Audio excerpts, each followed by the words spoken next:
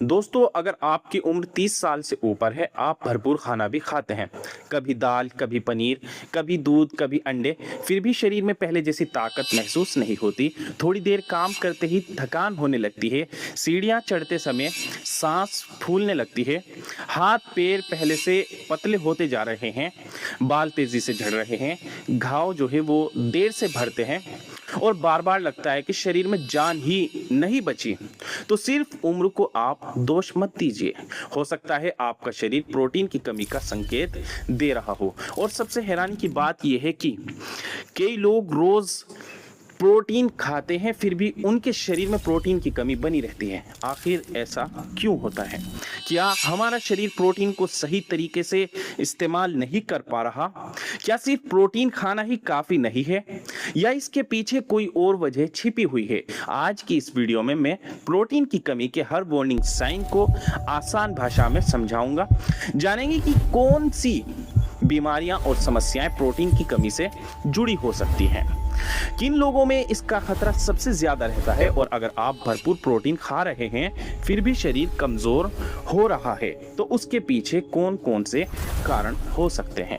इसलिए इस वीडियो को आखिर तक जरूर देखिए, क्योंकि आखिर में मैं आपको एक ऐसी कॉमन मिस्टेक बताऊंगा जो लाखों लोग रोज करते हैं और उसी वजह से उनका शरीर प्रोटीन का पूरा फायदा नहीं उठा पाता।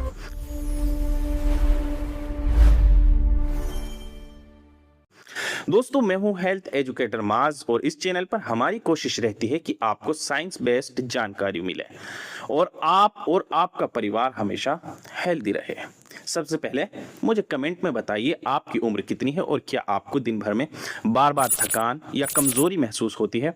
अब दोस्तों, 42 साल के एक व्यक्ति थे, उनकी शिकायत थी कि मैं रोज दूध पीता हूँ, दाल भी खाता हूँ, कभी कभी अंडे भी खा लेता हूँ, लेकिन फिर भी शरीर कमजोर होता जा रहा है। जिम में पहले जितना वजन उठाता था अब नहीं उठता, बाल भी पहले से ज्यादा गिर रहे हैं। उन्हें लगा कि शायद अब उम्र का असर है, लेकिन जब उनकी लाइफ स्टाइल और रिपोर्ट्स को देखा गया तो पता चला कि सिर्फ प्रोटीन की मात्रा ही नहीं, बल्कि उसे शरीर किस तरह इस्तेमाल कर रहा है ये भी उतना ही जरूरी था। और यही गलती बहुत से लोग करते हैं। अब सबसे पहले समझते हैं कि प्रोटीन आखिर शरीर में करता क्या है।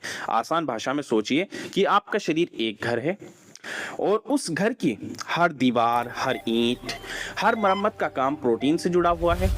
हमारे muscles, skin, hair, nails, hormones, enzymes और यहाँ तक कि हमारी इम्यूनिटी के कई महत्वपूर्ण हिस्से भी प्रोटीन से बने होते हैं। हर दिन शरीर की पुरानी सेल्स टूटती हैं, नई सेल्स बनती हैं। एक्सरसाइज करने पर मसल्स फाइबर में छोटे छोटे बदलाव होते हैं, चोट लगने पर टिश्यूज रिपेयर होता है। इन सभी कामों के लिए शरीर को प्रोटीन की जरूरत पड़ती है। अगर शरीर को पर्याप्त प्रोटीन नहीं मिलता या किसी कारण से वे प्रोटीन का सही इस्तेमाल नहीं कर पाता तो धीरे धीरे उसका असर दिखना शुरू हो सकता है। सबसे पहला वार्निंग साइन है बार बार थकान और कमजोरी। कई लोगों को लगता है कि ये सिर्फ नींद की कमी या बढ़ती उम्र की वजह से है, लेकिन अगर लंबे समय तक प्रोटीन कम मिले तो मसल मास धीरे धीरे कम हो सकता है और शरीर पहले जैसा मजबूत महसूस नहीं करता। दूसरा वार्निंग साइन है हाथ पैरों की ताकत कम होना। दोस्तों, पहले जो काम आसानी से हो जाता था अब उसी में ज्यादा मेहनत लगती है। तीसरा संकेत एक्सरसाइज के बाद रिकवरी का बहुत धीमा, जी हाँ दोस्तों, रिकवरी बहुत धीमी हो जाना। अगर वर्कआउट के बाद कई दिनों तक शरीर दर्द करता रहे या पहले जैसी ताकत वापस न आए तो ये भी एक कारण हो सकता है। हालांकि इसके पीछे दूसरी वजह भी हो सकती है, लेकिन कहानी दोस्तों यहाँ पर खत्म नहीं होती, क्योंकि प्रोटीन की कमी सिर्फ मसल तक सीमित नहीं रहती। ये आपके बालों, त्वचा, नाखूनों, इम्यूनिटी और शरीर के कई दूसरे हिस्सों को भी प्रभावित कर सकता है। और आगे हम इन्हीं ऐसे वार्निंग साइंस के बारे में बात करेंगे जिन्हें ज्यादातर लोग सामान्य समझकर नजरअंदाज कर देते हैं, जबकि कई बार वही शरीर का शुरुआती अलार्म होते हैं। लेकिन अब सवाल आता है, क्या प्रोटीन की कमी सिर्फ कमजोरी तक ही सीमित रहती है? बिल्कुल नहीं, शरीर इसके कई और वार्निंग साइंस भी देता है। चौथा वार्निंग साइन है दोस्तों हेयर फॉल। हमारे बालों का ज्यादातर हिस्सा केराटिन नाम के प्रोटीन से बना होता है। अगर लंबे समय तक डाइट में प्रोटीन कम रहे तो शरीर पहले जरूरी ऑर्गन्स को प्राथमिकता देता है और हेयर ग्रोथ धीमी पड़ जाती है। इसीलिए कुछ लोगों में बाल ज्यादा झड़ने लगते हैं। लेकिन याद रखिए दोस्तों, हेयर फॉल सिर्फ प्रोटीन की कमी से नहीं होता। Iron deficiency, vitamin D, vitamin B 12, thyroid, stress और जेनेटिक्स भी इसके बड़े कारण होते हैं। पांचवा साइन दोस्तों मैं आपको बता दूं, वीक नेल्स। अगर आपके नेल्स बार बार टूटते हैं, जल्दी क्रैक हो जाते हैं या बहुत पतले हो गए हैं, तो ये भी लंबे समय तक पूर्ण न्यूट्रिशन का संकेत होता है। छठा वार्निंग साइन दोस्तों, स्किन का ड्राई होना, रफ होना या छोटे घावों का देर से भरना, क्योंकि नई स्किन सेल्स बनाने और टिश्यूज रिपेयर करने के लिए भी प्रोटीन की जरूरत होती है। अगर शरीर को पर्याप्त बिल्डिंग मटेरियल ही नहीं मिलेगा तो रिपेयर प्रोसेस भी स्लो हो जाती है। सातवां वार्निंग साइन है दोस्तों, बार बार इन्फेक्शन होना। हमारे इम्यून सिस्टम, जी हाँ दोस्तों, हमारे इम्यून सिस्टम के कुछ महत्वपूर्ण हिस्से भी प्रोटीन से बनते हैं। इसीलिए सीवियर या लंबे समय तक प्रोटीन डेफिशिएंसी होने पर शरीर की इन्फेक्शन से लड़ने की क्षमता वो बिल्कुल कम हो जाती है। तो दोस्तों, अब आप प्रोटीन तो बढ़ाएं अपनी डाइट में, लेकिन डॉक्टर से कारण पता करना भी जरूरी है।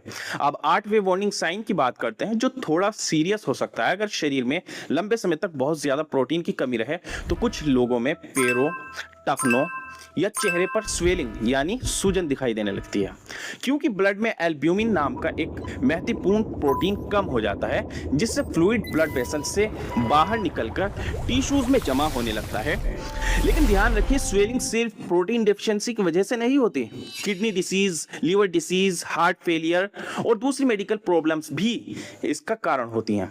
इसलिए इसे कभी इग्नोर नहीं करना चाहिए। अब शायद आप सोच रहे होंगे, अगर मैं रोज दूध पीता हूँ, दाल खाता हूँ, पनीर खाता हूँ, एग्स भी खाता हूँ, फिर भी शरीर में प्रोटीन की कमी कैसे हो सकती है? यही वो पॉइंट है जहां ज्यादातर लोग कंफ्यूज हो जाते हैं, क्योंकि सिर्फ प्रोटीन खाना ही काफी नहीं है। उसका सही डाइजेशन, सही एब्जॉर्प्शन और सही यूटिलाइजेशन भी उतना ही जरूरी है। मान लीजिए आपने घर बनाने के लिए ईंटें खरीद ली, लेकिन अगर ट्रक ही कंस्ट्रक्शन साइट तक ना पहुंचे या मजदूर ईंटों का सही इस्तेमाल ना करे तो क्या घर बन पाएगा? बिल्कुल नहीं। यही बात हमारे शरीर में भी होती है। सबसे पहला कारण है पूर डाइजेशन। अगर लंबे समय से डाइजेशन की प्रॉब्लम है, बार बार लूज मोशन होते हैं, क्रोन्स डिसीज या दूसरी इंटेस्टाइन प्रॉब्लम्स हैं, तो हो सकता है कि प्रोटीन पूरी तरह एब्जॉर्ब ही ना हो पाए। दूसरा कारण है दोस्तों, कैलोरीज की कमी। अगर कोई व्यक्ति बहुत कम खाना खा रहा है, क्रैश डाइट कर रहा है या वेट लॉस के चक्कर में कैलोरीज बहुत कम कर चुका है, तो शरीर पहले प्रोटीन को एनर्जी बनाने में इस्तेमाल करेगा, मसल बनाने में नहीं। और दोस्तों, तीसरा कारण है लीवर की प्रॉब्लम, क्योंकि प्रोटीन का प्रोसेसिंग और कई जरूरी प्रोटीन का जो प्रोडक्शन है वो लीवर में होता है। अगर लीवर ठीक से काम नहीं कर रहा तो प्रोटीन का सही इस्तेमाल वो प्रभावित हो जाएगा। और चौथा कारण है दोस्तों, किडनी डिसीज। कुछ किडनी डिसीज में प्रोटीन यूरिन के रास्ते बाहर निकलने लगता है, इसलिए ऐसे लोगों में ब्लड प्रोटीन कम हो सकता है। हालांकि किडनी डिसीज वाले लोगों को कितना प्रोटीन लेना चाहिए, ये हमेशा डॉक्टर या डाइटिशियन की सलाह से तय होना चाहिए।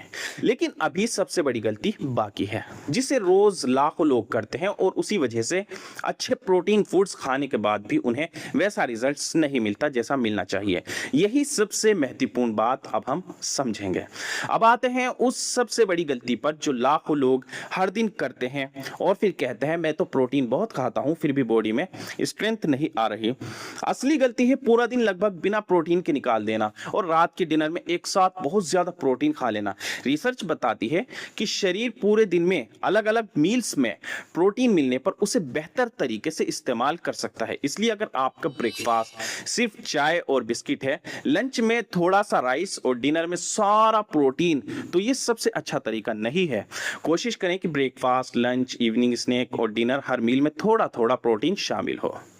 दूसरी बड़ी गलती सिर्फ प्रोटीन पर ध्यान देना लेकिन एक्सरसाइज बिल्कुल ना करना। याद रखिए प्रोटीन बिल्डिंग मटेरियल है, लेकिन मसल बनाने का सिग्नल एक्सरसाइज देती है। अगर सिग्नल ही नहीं मिलेगा तो शरीर उतनी नई मसल्स बनाने की जरूरत महसूस नहीं करेगा। इसलिए रोज वॉकिंग करें और हफ्ते में कम से कम 2 या 3 दिन स्ट्रेंथ ट्रेनिंग करें, जैसे स्क्वाट्स, पुशअप्स, रेजिस्टेंस बैंड या हल्के डंबल्स की एक्सरसाइज कर लें।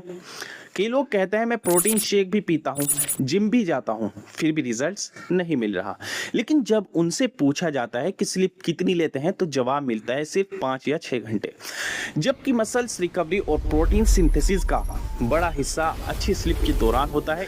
इसलिए 7 से 9 घंटे की क्वालिटी स्लीप भी उतनी ही ज़रूरी है। चौथी गलती दोस्तों, क्रैश डाइट। कई लोग वेट लॉस के चक्कर में कैलोरीज इतनी कम कर देते हैं कि शरीर प्रोटीन को मसल्स बनाने की बजाय एनर्जी बनाने में इस्तेमाल करना शुरू कर देता है। ऐसे में वेट तो कम हो सकता है लेकिन मसल्स भी कम होने लगती हैं और बॉडी वीक महसूस होने लगती है। पांचवी गलती दोस्तों, सिर्फ सप्लीमेंट्स पर भरोसा करना। प्रोटीन पाउडर कोई मैजिक नहीं है। अगर आपकी डेली डाइट से पर्याप्त प्रोटीन मिल रहा है तो ज्यादातर लोगों के लिए वही सबसे अच्छा ऑप्शन है। सप्लीमेंट सिर्फ कन्वीनियंस के लिए हो सकता है, बैलेंस डाइट की जगह नहीं। अब बात करते हैं, अगर प्रोटीन की कमी लंबे समय तक बनी रहे तो आगे क्या हो सकता है। धीरे धीरे मसल मास कम होने लगेगा।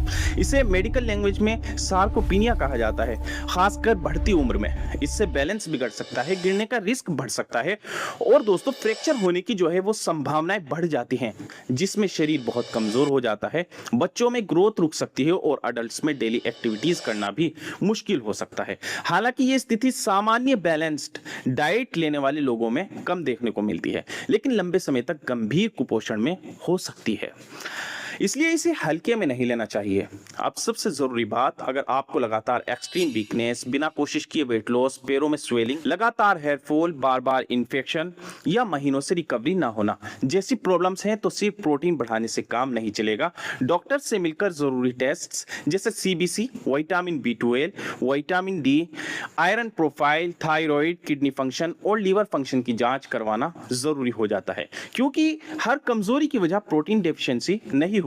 कई बार असली कारण कोई दूसरी मेडिकल कंडीशन होती है, इसलिए बिना जांच के खुद से डायग्नोसिस करना सही नहीं है। आखिर में बस इतना याद रखिए, स्ट्रॉन्ग बॉडी सिर्फ ज्यादा प्रोटीन खाने से नहीं बनती, बल्कि सही डाइट, सही डाइजेशन, पर्याप्त कैलोरीज, रेगुलर एक्सरसाइज, अच्छी स्लीप्स और ओवरऑल हेल्दी लाइफस्टाइल, ये सभी मिलकर शरीर को ताकत देते हैं। अगर आज की इस वीडियो से आपने अपनी प्लेट और अपनी हैबिट्स को थोड़ा भी बेहतर बनाने का फैसला किया तो यही इस वीडियो का सबसे बड़ा मकसद है। मैं हूं दोस्तों हेल्थ एजुकेटर माज, और अगर आपको ऐसी होनेस्ट, साइंस बेस्ड और बिना फेक हेल्थ हैक्स वाली हेल्थ इंफॉर्मेशन पसंद है तो हेल्थ एजुकेटर परिवार का हिस्सा बनिए। मिलते हैं अगली वीडियो में।